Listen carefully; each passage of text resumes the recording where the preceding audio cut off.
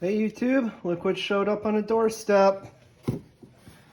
Always good when you see something from the race department. Event screens. Ah, I had no idea what I was even waiting for. Come with frog skins on them. Huh. That's pretty neat. And that'll be that. That's even easier than I thought to put it in. So, get that in, and I'm in the process of installing the new, or the reinforced link that they gave in the bag for the race sled. So go ahead and replace that drag link. You can see it there. It's that one, it's got the relief milled into it. I took the pipe out. One, it's better for filming, but actually the reason I did it was because I wasn't sure how difficult this thing was going to be to get at. And then what I discovered through the process is I just take these boots loose, and then I can access, which I don't really like, is a Torx head bolt here, and then I can get at that part. Now I've had no issue with the stock one. Be kind of neat. We'll take a look and examine it. Almost looks like there's some kind of washer there. Something there. I don't know what that is. But in any case, the new part is a solid piece of aluminum. And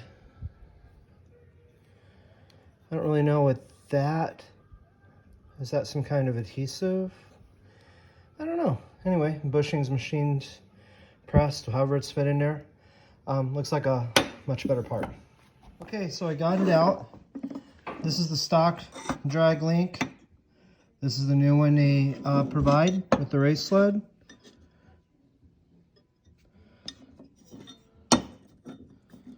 The new one is just a little bit thicker. Solid aluminum, where this one looks like an I-beam, the way it's machined out. And I don't know what these are. I kind of was picking around with them here, and it seems like it's some type of plastic material. I don't know what function that serves. So anyway, this is easy enough to do. I think a guy could do this without pulling the pipe, but for my use, for making a video, it's a lot easier. All right, so I've got, it's bolting in now. Whoopsie. Notice that it goes underneath the steering part. There you go. There's the new drag link. And I'm in a process of bolting it in. Okay, so I've got the drag link bolted in. You can see there. How I did it, I used just a regular 3/8 ratchet with a stubby extension. And the Torx was a T40, 13 millimeter gauge. Now, next step is to put the boots back on, and what they use, these little plastic locators, little push through, and then there is another Torx head screw, and then there are 3 Torx head screws per side. I'll have to go ahead and put these back in. Okay, so I'm in the process of installing Torx head bolts for my boots. You can tell these are a self-tapping bolt that they install at the factory, probably because the holes in the bulkhead aren't threaded. So when they're on a production line, they can just zip these in and they're done. Anyway, pretty simple, self-explanatory. Quick note, something I ran into, you can actually see the mark. I had to show you. I got a little pry bar and bend this plastic part of the tub down in order to fit this this Torx head bolt, because otherwise it was hitting on here and trying to curl it up. So just be on the lookout for that. Something I thought I'd add before I put my silencer back in. I found on my sled that this piece was actually underneath the bulkhead. It needed to be set on here, so it was good I actually got into this to replace that drag link. I found that it hadn't been put in the proper place during manufacture. So check yours out, make sure yours isn't that way before you ride it. So I thought I'd add a little bit to this video. I'll make it quick. Getting the pipe into this machine is not fun. It's a bit tricky. I initially set the pipe. I initially set the silencer in place, and then I couldn't get the pipe in, so I had to pull the silencer out a ways, fit the pipe in, slip it around, and then get this big heavy muffler back into place. I can see why that rubber bushing on the bottom got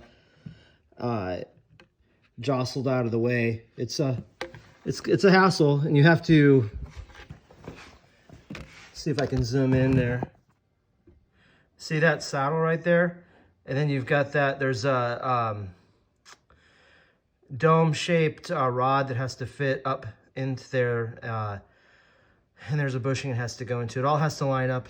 It's if you take your time, it can piss you off super easy, but you know, you go take your time and just pay attention to how stuff fits together easy.